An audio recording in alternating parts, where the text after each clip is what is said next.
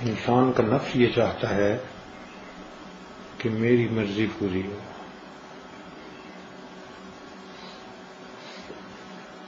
تو یہ عجیب سی ایک خواہش ہر انسان کے دل میں ہوتی ہے کہ جو میں چاہوں وہ پورا ہو. یہ شان فقط پروردگار کی ہے کہ اللہ رب العزت جو چاہتے ہیں وہ ہو کے رہتا ہے. بندے کو چاہیے کہ وہ بندگی کرے اور اللہ تعالی کے حکموں کی پابندی کرے.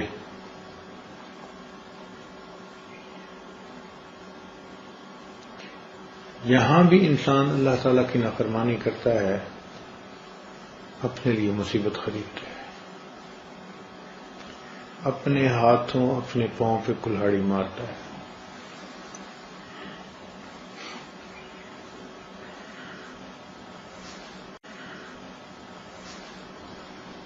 نیکی جب بھی کی جائے گی رحمت اترے گی، برکت اترے گی، سکون ملے گا. اب جب بھی گناہ کیا جائے گا نحوست اترے گی، ظلمت اترے گی اور انسان کا دل بے سکون ہو جائے گا. نیکی کی تاثیر الگ ہے، گناہ کی تاثیر الگ ہے.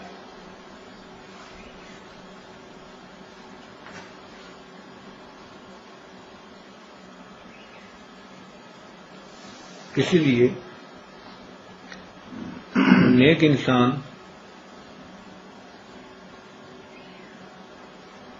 سکون قلب کے ساتھ زندگی گزارتا ہے، اگرچہ ظاہر میں اس کو اسباب کے اعتبار سے پریشانیاں ہی کیوں نہ ملے.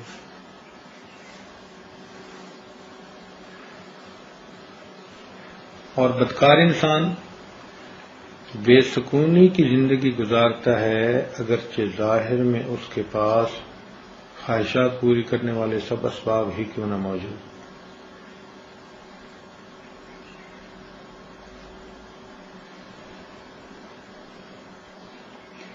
گناہوں کا اثر بھی دل پہ ہوتا ہے اور نیکی کا اثر بھی دل پہ ہوتا ہے. گناہوں سے دل پہ ظلمت آتی ہے اور نیکی کی وجہ سے دل پہ نورانیت آتی ہے.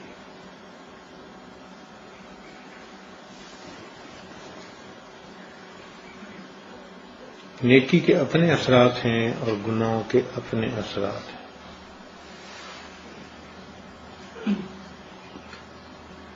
آپ یوں سمجھیے کہ نیکی انسان کے دل کو صاف کرتی ہے اور گناہ انسان کے دل کو میلا کر دیتا ہے. جیسے حدیث پاک میں نبی علیہ السلام نے ارشاد فرمایا کہ جب انسان گناہ کرتا ہے تو اس کے دل پہ سیاہ داغ لگ جاتا ہے، توبہ کر لے تو دھل جاتا ہے، توبہ نہ کرے پھر گناہ کرے تو دوسرا داغ لگ جاتا ہے، حتیٰ کہ گناہ کرتے کرتے یہ حالت ہوتی ہے کہ بندے کا دل بالکل سیاہ ہو جاتا ہے.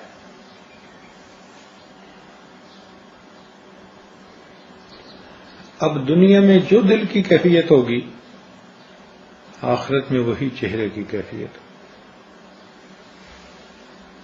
اگر دل ایمان کے نور سے چمکتا ہوگا تو قیامت کے دن انسان کا چہرہ منور ہوگا، اور اگر دل پر داغ لگے ہوں گے، دل میلا ہوگا تو قیامت کے دن انسان کا چہرہ سیاہ ہوگا.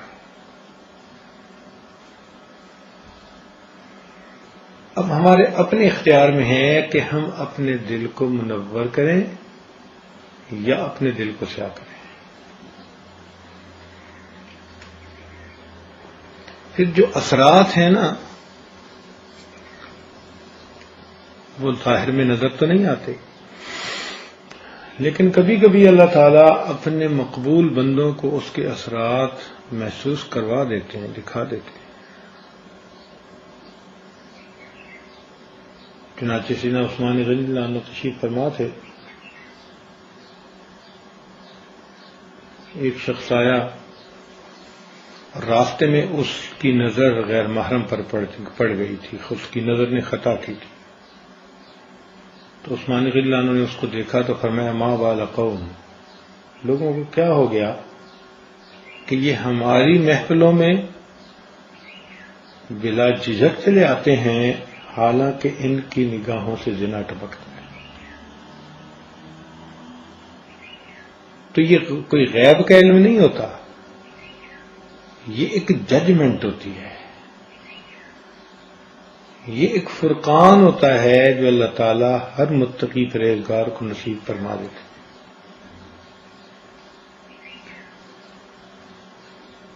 کہ اس کا قیافہ سچا ہوتا ہے، اس کے دل میں اللہ تعالیٰ سچی بات ڈال دیتے ہیں۔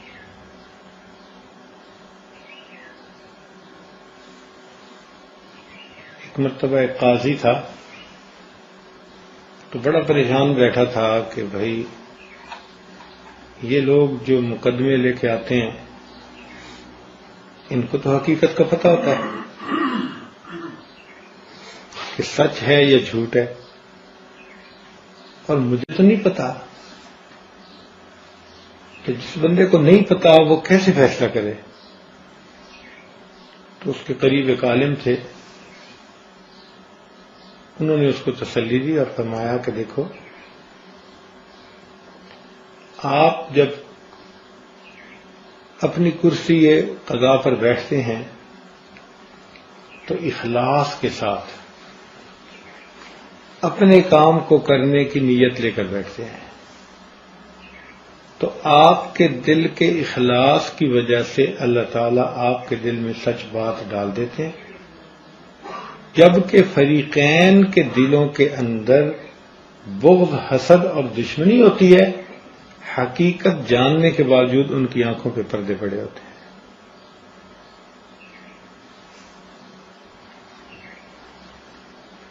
تو جب انسان تقوی پرہیزگاری کی زندگی گزارتا ہے تو پھر اس کو اللہ تعالیٰ یہ نور دے دیتے ہیں، اس کو فراست مومنانہ کہتے ہیں۔ یہ ایسا ہی ہے جیسے 10 بندے چلے جا رہے ہوں اور کوئی پولیس کا افسر ان کو دیکھے تو وہ دیکھتے ہی گیس کر لے گا کہ فلاں لڑکے کی چال ڈھال اچھی نہیں ہے، اس کو مجرم لوگوں کے ساتھ رہتے رہتے اتنا ملکہ ہو جاتا ہے، اتنی مشق ہو جاتی ہے کہ وہ بندے کی چال سے ہی اندازہ لگا لیتے ہیں اس کے کردار کا۔ تو یہ فراست مومنانہ اللہ تعالیٰ ہر ایک کو عطا کرتے ہیں۔ فرمایا گیا اتقوا فراست المؤمن فإنه ينظر بنور،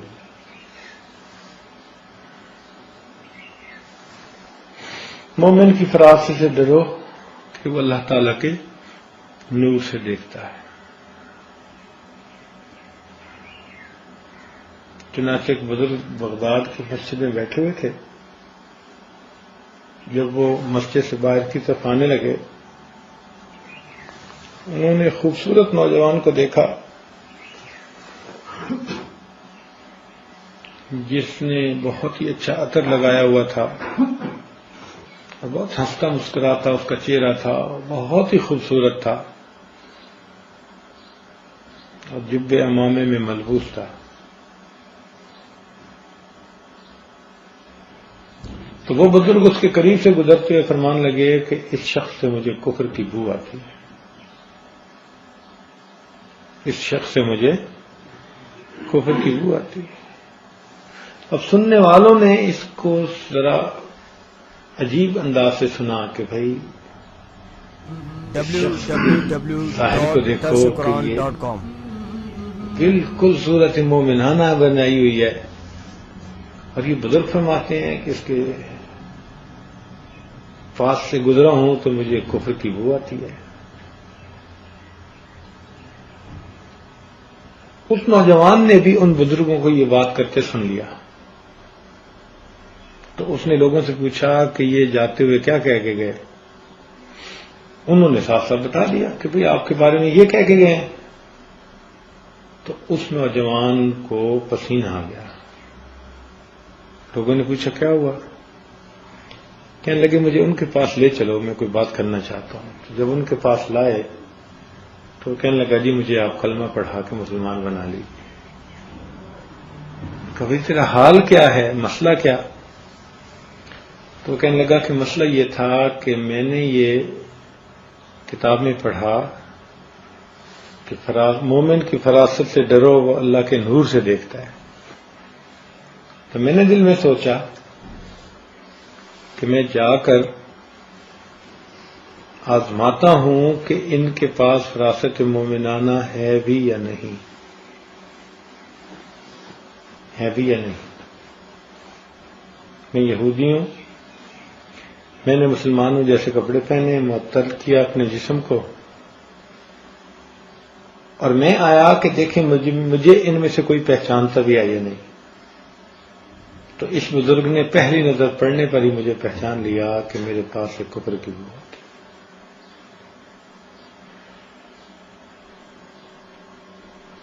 یہ بو کیوں آتی ہے؟ اس لیے کہ گناہ کے اندر یہ تاثیر ہوتی ہے.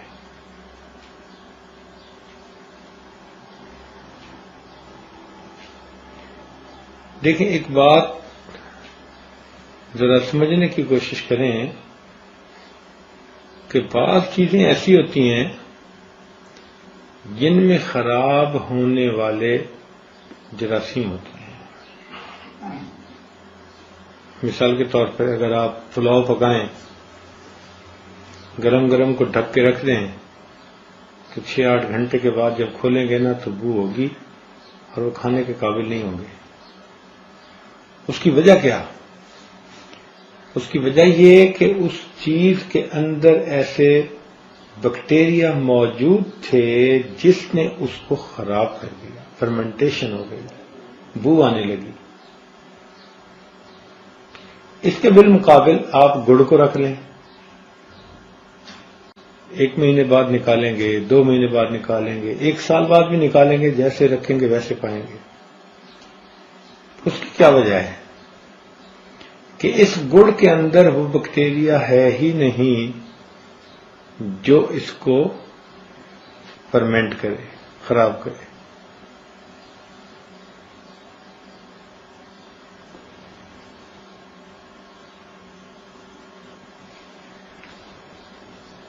آپ شہد رکھ دیں، کئی مہینوں کے بعد آپ جب اسے کھولیں گے تو وہ شہد ہوگا، خراب نہیں ہوگا. اس لیے کہ اس کے اندر وہ بیکٹیریا ہے ہی نہیں جو اسے خراب کرے. جبکہ باقی کئی چیزیں ایسی کھانے پینے کی ہوتی ہیں کہ کچھ دن گزرنے کے بعد خراب ہو جاتی ہیں.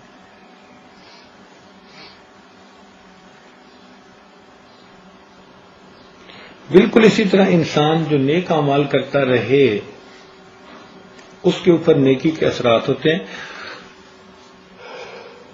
اور اگر وہ علم اور ارادہ سے گناہ کرنا چھوڑ دے تو اس کے اندر وہ بیکٹیریا ہی ختم ہو جاتا ہے جو اس بندے کو گلاتا ہے. اس کے جسم کو جو مرنے کے بعد گلاتا سڑاتا ہے وہ بیکٹیریا ہی ختم ہو جاتا ہے. اس لیے عجیب بات یہ ہے کہ انبیاء کرام جب دنیا سے رخصت ہوتے تو ان کے اجسام کو زمین نہیں کھایا سکتی تھی. ان کے جسم مبارک زمین کے اندر محفوظ ہوتے تھے.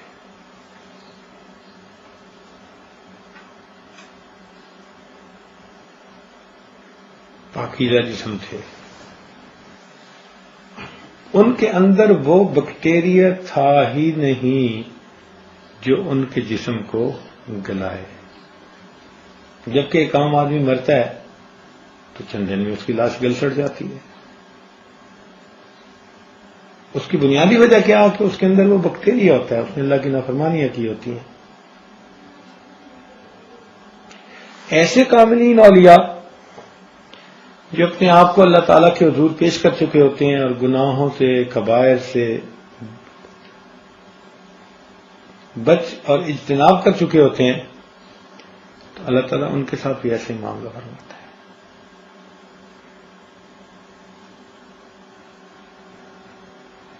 ہم لوگ اس وقت پرائمری اسکول میں پڑھا کرتے تھے. جب ایک سیلاب آیا تھا تو ہمارے شہر کے قبرستان میں کچھ قبور ایسی تھیں جو بیٹھ گئی تھیں، کھل گئی تھی. تو لوگوں نے دیکھا کہ ایک قبر کے اندر ایک آدمی مدفون ہے اور اس کا جسم بھی سلامت، اس کا کفن بھی سلامت. ہم چھوٹے تھے تو ہمیں ڈر لگتا تھا، خود قبرستان جاتے ہوئے قبرستان کے نام سے ڈر لگتا تھا. لیکن ہم نے اپنے بڑوں کو خود جاتے ہوئے دیکھا جو وہاں جاتے تھے اور دیکھ کے اس قبر میں اس آدمی کو آتے تھے، اور ہم نے کتنے لوگوں کو اس منظر دیکھنے کی وجہ سے گناہوں سے توبہ کرتے ہوئے دیکھا.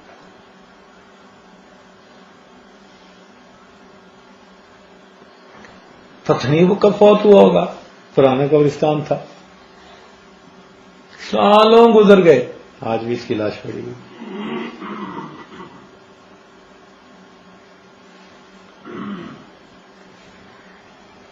ہمارے تعلق والے تھے، انہوں نے اپنا ایک چشمدید واقعہ سنایا.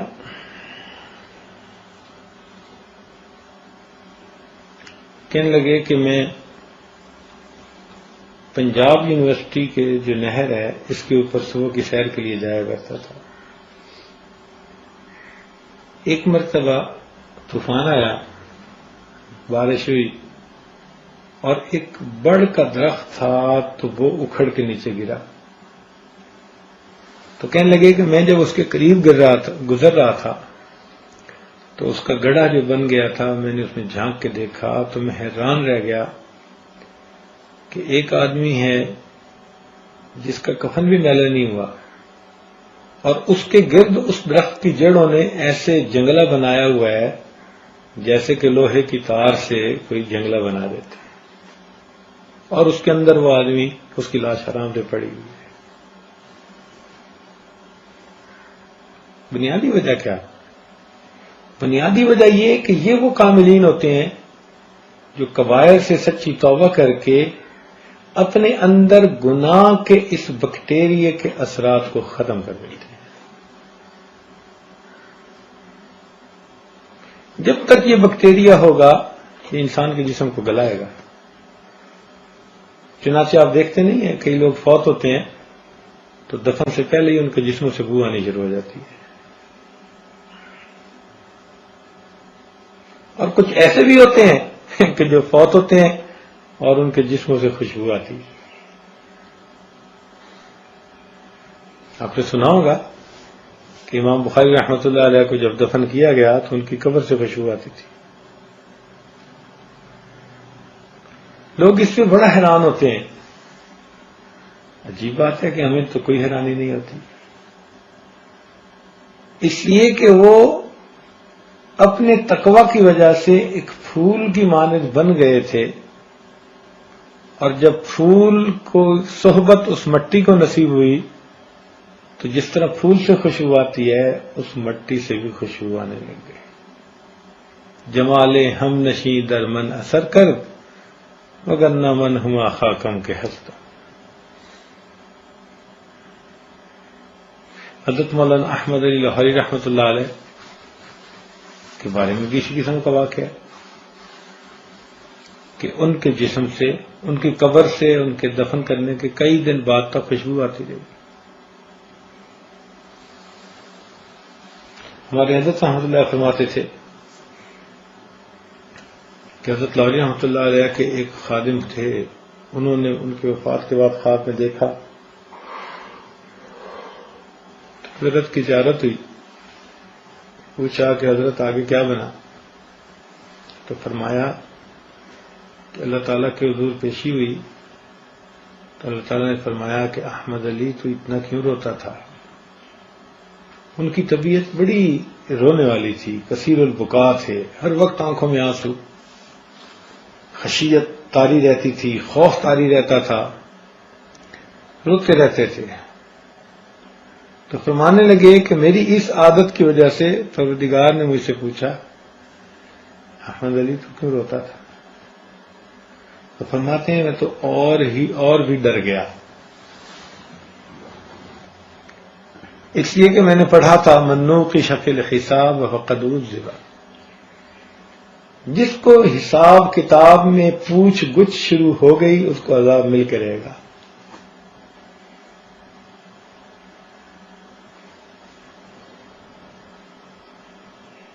تو کہنے لگے میں اور گھبرا گیا، تو جب میں اور گھبرا گیا تو مجھے فرمایا احمد علی تو آج بھی ڈر رہا ہے، آج تو تیرے انعام کا دن ہے، ہم نے تیرے بھی سب گناہوں کو معاف کر دیا، اور جس قبرستان میں تجھے دفن کیا گیا اس قبرستان کے بھی ہر گناہگار میت کو ہم نے معاف فرما دیا۔ جس قبرستان میں دفن کیا اس کے ہر گناہگار مردے کو بھی ہم نے معاف فرما دیا۔ یہ کیسے ہوا بھائی؟ کہ انہوں نے کبائر سے اپنے آپ کو بچا لیا تھا، اور استغفار جو کرتے رہتے تھے تو اللہ تعالیٰ صغائر کو معاف فرما دیتے۔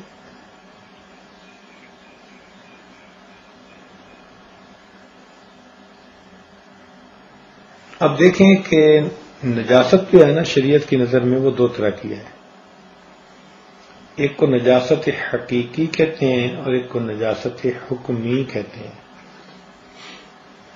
نجاست حقیقی تو ہوئی پیشاب پاخانہ اور اس قسم کی گندگیاں جو ہوتی ہیں، ان کو نجاست حقیقی کہتے ہیں، اور نجاست حکمی کہتے ہیں کہ جو حکم کی وجہ سے نجس چیز کہلائے۔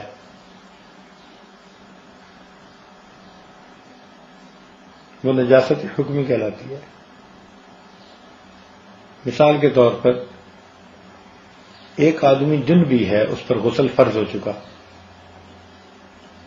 تو اگر وہ اپنے جسم پہ لگی نجاست کو دھو بھی لے تو بھی جب تک وہ غسل نہیں کرے گا تب تک ناپاک کہلائے گا۔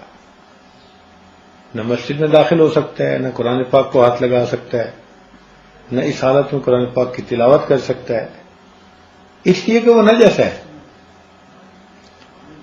دیکھنے میں تو نجاست اس کے جسم پہ نظر نہیں آتی، اس نے تو اپنے جسم سے نجاست کو دھو لیا، لیکن یہ نجاست حکمی کہلاتی ہے۔ حکمن وہ بندہ نجس ہے، ناپاک ہے۔ اسی طرح جو آدمی شرک کا ارتکاب کرے، گو اس نے 70 دفعہ غسل کیا ہو اور خوشبوئیں لگائی ہوئی ہوں، لیکن شریعت کی نظر میں وہ پکا نجس ہے۔ اللہ تعالیٰ نے قرآن مجید میں فرما دیا انما المشرکون نجس، کہ مشرک لوگ تو نجس ہوتے ہیں۔ سمندر کے پانی سے بھی وہ شخص غسل کرے تو اس کی نجاست دور نہیں ہو سکتی جب تک کہ شرک سے توبہ نہ کرے۔ تو یہ نجاست حکمی کہلاتی ہے۔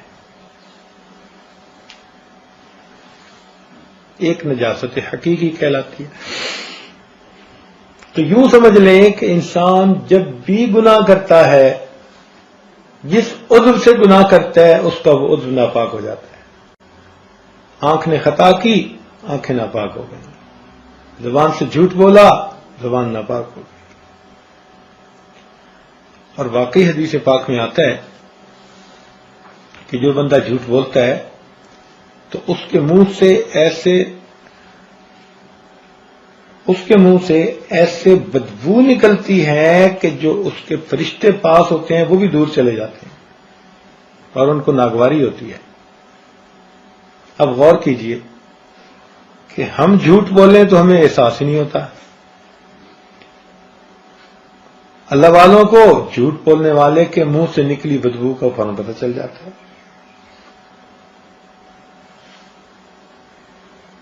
بدبو کا پتہ چل جاتا ہے ان کو۔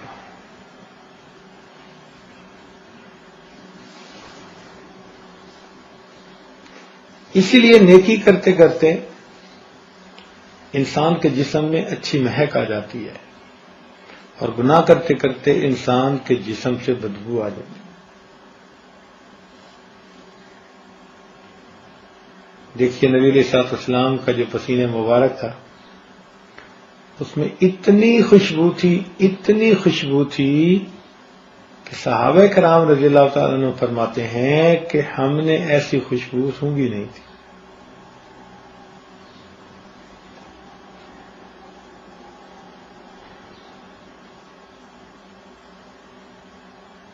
پھول کھل کھل کے کہتے ہیں صلی علی، جھوم کر کہہ رہی ہے یہ باد صبا، ایسی خوشبو چمن کے گلوں میں کہاں جو نبی کے پسینے میں موجود ہے.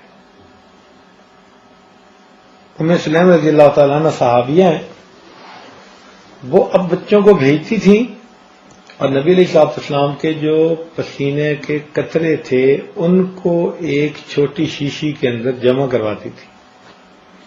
تو نبی علیہ الصلوۃ والسلام نے ان سے پوچھا کہ ام سلیم کیا کرتی ہے؟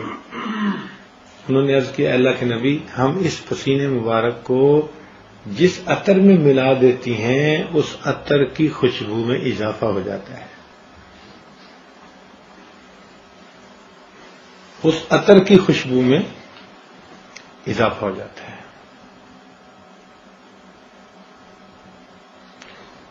اور حضرت انس رضی اللہ عنہ روایت کرتے ہیں کہ ما شممت مسکم ولا عنبرۃ، اللہ کی قسم نہ میں نے مشک کو سونگھا نہ میں نے عنبر کو سونگھا، مگر جو خوشبو نبی علیہ السلام کے مبارک پسینے میں تھی وہ نہ مشک میں تھی نہ عنبر میں تھی.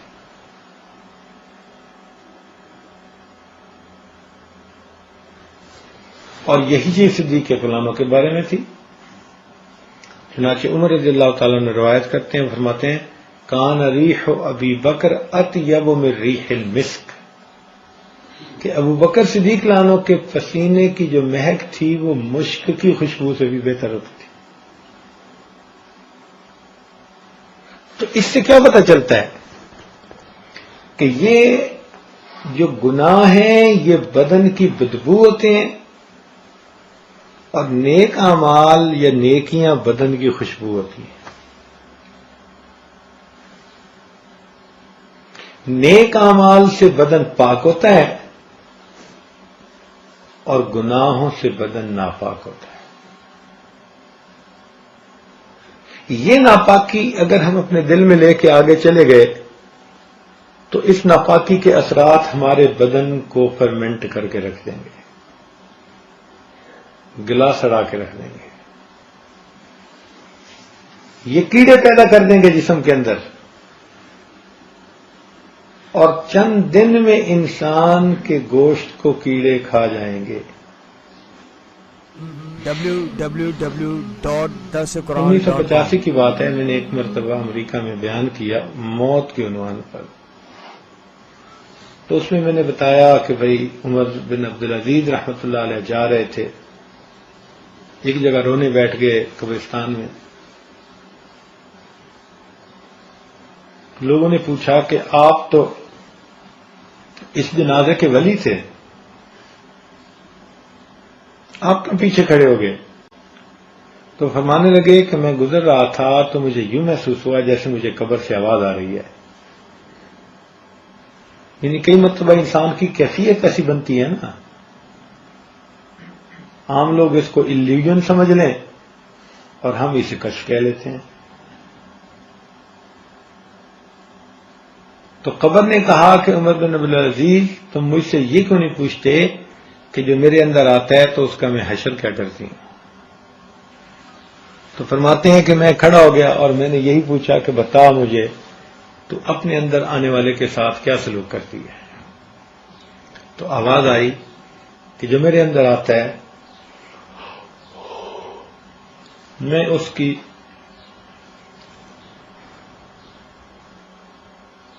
بدن کے اندر کیڑے ڈال دیتی ہوں، گوشت کو کھا لیتی ہوں، ہڈیوں کو جدا کر دیتی ہوں. تو یہ واقعہ ایک مرتبہ میں نے نقل کیا. جو سننے والے لوگ تھے نا ان میں سے کافی پی ایچ ڈی ڈاکٹر اور M B B S doctor اور فلاں فلاں تھے. ان میں سے ایک ڈاکٹر میرے پاس آیا اور کہنے لگے جی کہ آپ نے یہ واقعہ کہاں پڑھا؟ میں نے ان کو بتایا کہ یہ واقعہ اس طرح پڑھا میں نے فلاں کتاب میں. وہ کہنے لگے جی آپ یہ منظر آنکھوں سے دیکھنا چاہیں گے؟ میں نے کہا ہاں بھائی عبرت کی نظر سے میں دیکھوں گا. کہنے لگے جی آپ 2 گھنٹے فارغ کریں. وہ سلسلے میں بیعت تھے، اچھے بندے تھے، اپنے بندے تھے. اگلے دن 2 گھنٹے میں نے فارغ کیے تو وہ مجھے لے کر چلے گئے. ایک میوزیم تھا جس کا نام تھا نیچرل ہسٹری میوزیم. اس میں ایک ممیز کا سیکشن بنا ہوا تھا. شیشے کے کمرے بنائے ہوئے تھے اور روشنی ایسے کی ہوئی تھی جیسے عصر کا وقت ہوتا ہے. بہت خاموشی تھی اس سیکشن میں، بڑی عجیب سی وحشت تھی اس سیکشن میں. جب ہم پہلے کمرے کے پاس گئے جو بنا ہوا تھا شیشے کا، تو اس کے دروازے پہ لکھا ہوا تھا کہ ایک آدمی مرا، اور جیسے مرا تھا ہم نے اس کی باڈی کو کیمیکل لگا کر محفوظ کر کے رکھ دیا ریکارڈ کے لیے. اندر ہم نے دیکھا کہ ایک انگریز مرا ہوا تھا اور اس کے جسم پر کیمیکل چھڑک کر انہوں نے اس کو پریزرو کر دیا تھا. اس کو حنوط شدہ لاش کہتے ہیں، ممی کہتے ہیں. اس سے اگلے میں پہنچے، لکھا ہوا تھا کہ یہ بندہ مرا اور اس کو اتنا عرصہ قبر میں رکھنے کے بعد ہم نے نکالا، اور جیسے اس کو پایا اسی طرح ہم نے کیمیکل چھڑک کر اس کو نمونے کے لیے رکھ دیا.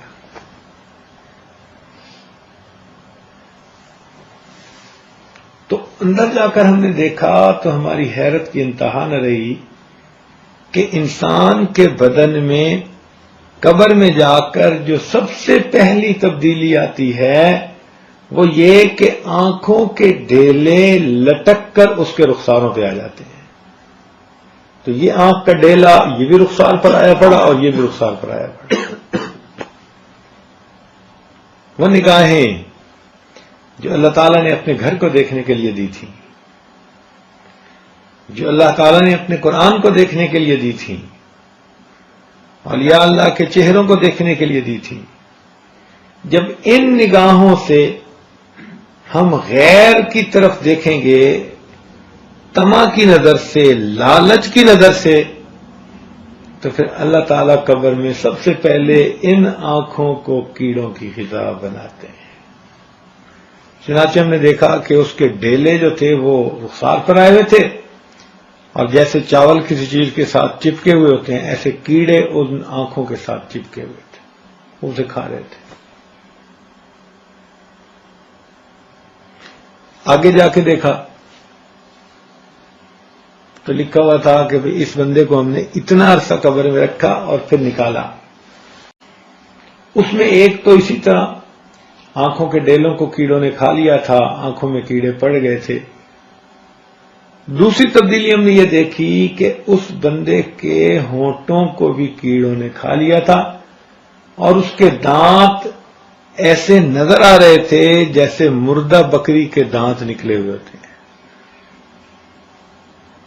ہونٹ جو تھے وہ کیڑوں نے کھا لیے، اور 32 دانت کی 32 نظر آ رہی تھی اس کی. جس زبان سے انسان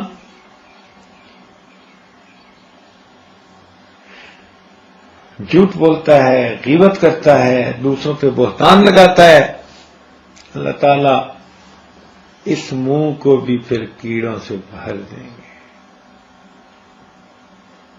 اور اس کے پورے منہ میں کیڑے پڑے ہوئے تھے. پھر اگلے کو دیکھا تو لکھا ہوا تھا اس کو اتنا عرصہ ہم نے رکھا، نکالا تو جس حال میں ہم نے پایا اسی حال میں پریزرو کر دیا. اس میں تیسری تبدیلی ہم نے دیکھی کہ اس بندے کے پیٹ کے اندر بھی کیڑے پڑ گئے تھے، اور جیسے پیالے میں چاول بھرے ہوتے ہیں اس کے پیٹ کے پیالے میں کیڑوں کے چاول بھر گئے تھے. بس اس کے آگے پھر یہ کیڑے بڑھتے گئے، حتیٰ کہ آخری جو کمرہ تھا اس میں ہم نے جا کر دیکھا کہ انسان کی فقط ہڈیوں کا ڈھانچہ، اور وہ بھی انگلیاں پوروں سے جدا، پورے ہتھیلیوں سے جدا، ہتھیلی بازوں سے جدا، بازو کوہنیوں سے جدا، اور کوہنے جسم سے جدا، پورے جسم کی ہڈیاں ایک دوسرے سے جدا جدا پڑی. ان کو دیکھ کر اتنا دل پر غم طاری ہوا، انسان تو کیا بولتا ہے، کیا بنا پھرتا ہے دنیا میں، سوچ تو صحیح کہ تو اپنے آپ کو پال رہا ہے اور تیری نافرمانیوں کی وجہ سے تو اسے کیڑوں کی غذا بنا رہا ہے۔ اگر یہ انسان گناہوں سے سچی توبہ کر لے اور اس کے اندر سے یہ گناہوں کا فساد ختم ہو جائے تو آپ یوں سمجھیں کہ اس کو جب بھی رکھیں گے اس کے جسم کو کوئی چیز گلا نہیں سکے گی، اس لیے کہ وہ گناہوں کے بیکٹیریا اس کے اندر ہیں ہی نہیں۔ اب ہم فیصلہ کریں اپنی زندگی میں کہ ہم اپنے آپ کو کیڑوں کے لیے پال رہے ہیں یا اللہ تعالیٰ کے حضور پیش کرنے کے لیے پال رہے ہیں۔ جو گوشت حرام غذا سے بنے گا وہ کیڑوں کی غذا بنے گا۔ تو گناہوں کے اثرات ہوتے ہیں انسان کے اوپر۔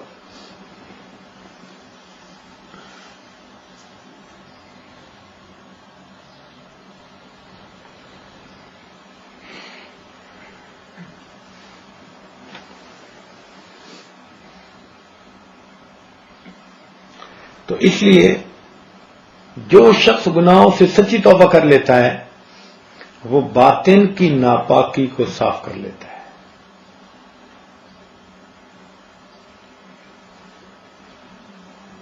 اور جتنا سمارٹ بننے کی کوشش کرتا ہے، اس کو دھوکہ دیا، اس کو بیوقوف بنایا، اس کو یہ کیا، حقیقت میں وہ اپنی عاقبت برباد کر رہا ہوتا ہے، اپنے آپ کو جہنم کی غذا بنا رہا ہوتا ہے۔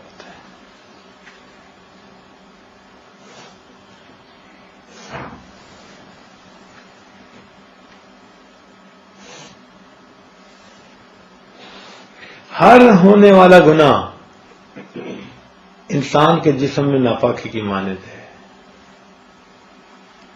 تو ہر گناہ سے سچی توبہ کر کے انسان اپنے آپ کو گناہوں سے پاک صاف کر لے۔ اب انسان فرشتہ تو نہیں بن سکتا، لیکن یہ تو ضرور ہے نا کہ اللہ تعالی کے حضور بیٹھ کر سچی توبہ کرے اور آئندہ گناہوں سے بچنے کی کوشش کرے۔ اگر بالفرض سرزد ہو جائے تو پھر دوبارہ پھر توبہ کر لے۔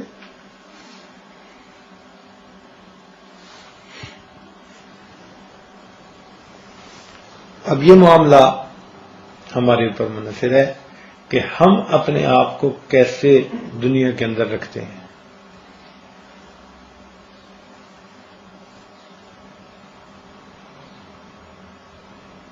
اگر یہ گناہوں کا بیکٹیریا اندر رہا تو یہ لاش قبر میں جاتے جاتے گل جائے گی، کیڑے اسے کھائیں گے۔ اسی لیے حدیث پاک میں آتا ہے کہ جہنم میں جہنمی کو جب پھینکا جائے گا نا تو جو زانی ہوگا اس کے جسم سے ایسی بدبودار ہوا نکلے گی کہ جہنمی اس بندے کی اس بدبودار ہوا سے تنگ ہوں گے اور اس کو بری نظر سے دیکھیں گے۔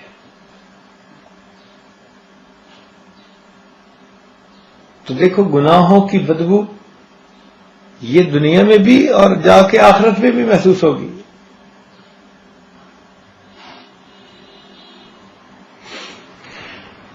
تو حکم خدا ہے، جب ٹوٹتا ہے تو انسان کو اپنا اثر دکھا دیتا ہے۔ ہمیں چاہیے کہ ہم گناہوں سے سچی توبہ کر کے اپنے آپ کو اللہ تعالیٰ کے فرما بردار بندوں میں شامل کروا لیں۔ دل سے اس بات کا عہد کریں کہ اے مولا ہم آج کے بعد اپنے علم اور ارادے سے گناہ نہیں کریں گے۔ جو شخص علم اور ارادے سے گناہ کرنا چھوڑ دیتا ہے پھر اللہ رب العزت اس بندے کی دعاؤں کو رد کرنا چھوڑ دیتا ہے۔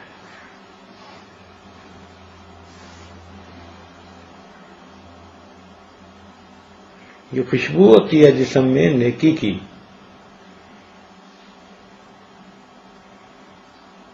چنانچہ کتنے واقعات ایسے ہیں. شاہ عبدالعزیز رحمۃ اللہ کے زمانے میں ایک طالب علم تھا، اس کے سامنے کسی عورت نے برے ارادے کا اظہار کیا. اس نوجوان نے اس عورت کے چنگل سے بچنے کے لیے اسے کہا کہ مجھے قضاء حاجت کی ضرورت ہے. وہ بیت الخلاء میں گیا اور اپنے جسم پر اسے نجاست مل لی. جب باہر نکلا تو جسم سے بدبو. اس عورت کو اتنی نفرت ہوئی، اس نے اس کو وہاں اپنے گھر سے بھگا دیا. اس نے اپنا ایمان بچا لیا. اب اس کو فکر تھی کہ لوگ اس بدبو کو سونگیں گے تو مجھے کیا کہیں گے. تو یہ نوجوان جلدی سے مدرسے میں آیا، غسل خانے میں گیا، اپنے جسم سے نجاست کو بھی دھویا، کپڑے بھی دھوئے اور اسی طرح گیلے پہن لیے. پھر یہ حدیث پاک کی کلاس میں آ کر بیٹھا تو شاہ عبدالعزیز رحمۃ اللہ علیہ درس سے حدیث لے رہے تھے. جیسے ہی آ کر بیٹھا تو انہوں نے فوراً پوچھا کہ آج اتنی تیز خوشبو لگا کر کون آیا ہے. جب 2-4 دفعہ پوچھا تو طلباء نے اس کی طرف اشارہ کیا جی کہ یہ لگا کے آیا. تو حضرت نے اس کو بلا کے پوچھا بھئی اتنی تیز خوشبو لگا کے کیوں آئے گی جماعت میں. تو تب اس نے عرض کیا کہ حضرت میں نے تو اپنے جسم پر نجاست لگائی تھی اس کو جو ہے گناہ میں پڑنے سے بچانے کے لیے، لیکن اب میں جب نہا دھو کے نکلا ہوں تو جہاں جہاں نجاست میں نے لگائی تھی میرے جسم کے انہوں حصوں سے خوشبو آ رہی ہے. چنانچہ یہ نوجوان جب تک زندہ رہا اس کے جسم سے مشک جیسی خوشبو آتی تھی. اس کو خواجہ مشکی کہتے تھے. ان کا نام لوگوں نے خواجہ مشکی رکھ دیا تھا کہ ان کے جسم سے مشکی خوشبو آتی تھی. امام عاصم رحمۃ اللہ علیہ قرآن پاک کے بڑے قراء میں سے گزرے ہیں. مسجد نبوی میں بیٹھتے تھے اور سارا دن لوگوں کو قرآن پڑھاتے تھے. ان کے منہ سے بڑی خوشبو آتی تھی.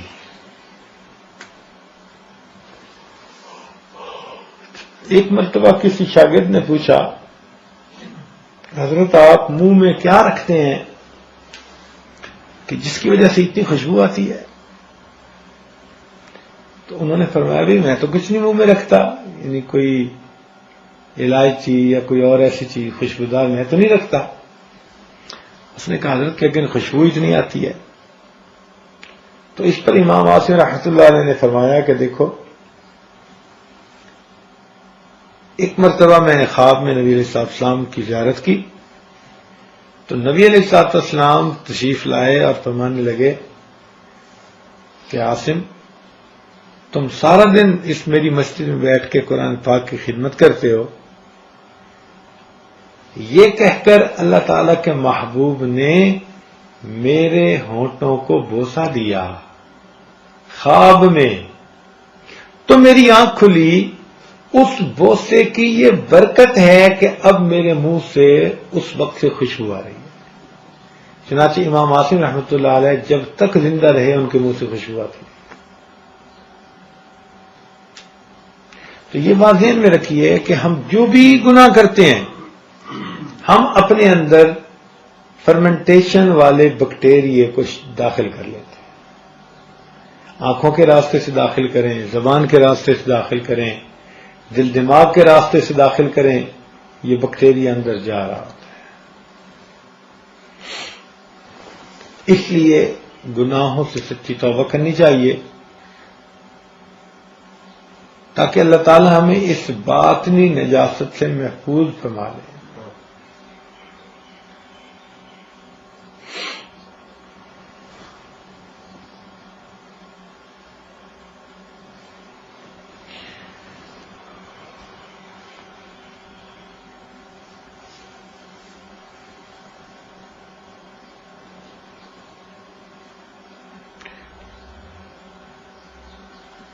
تو پورے بیان کا خلاصہ یہ نکلا کہ ایک نجاست حکمی ہوتی ہے، ایک نجاست حقیقی ہوتی ہے. شریعت نے دونوں کو نجاست کہا. جو بندہ گناہ کرتا ہے نا وہ اپنے جسم کو اس نجاست جو باطنی نجاست ہے اس کے ساتھ آلودہ کر رہا ہوتا ہے.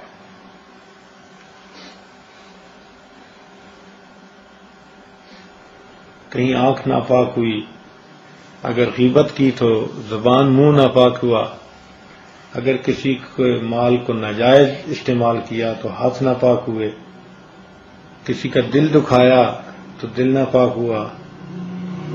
تو اس طرح گناہوں کی وجہ سے ہمارے جسم پر ان کے اثرات ہوتے ہیں.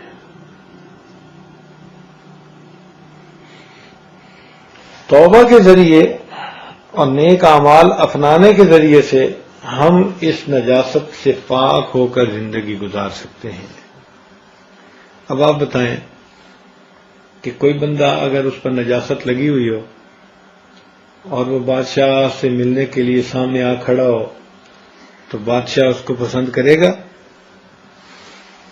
کبھی بھی نہیں پسند کرے گا. اسی طرح ہم اپنے ناپاک منصوبوں کو لے کے، ناپاک خواہشات کو دلوں میں لے کے مصلف اللہ کے حضور کھڑے ہو جاتے ہیں، تو پھر قبولیت ہوگی یا کیا ہوگا؟ اسی لیے عبادات میں مزہ نہیں آتا، تلاوت میں مزہ نہیں آتا،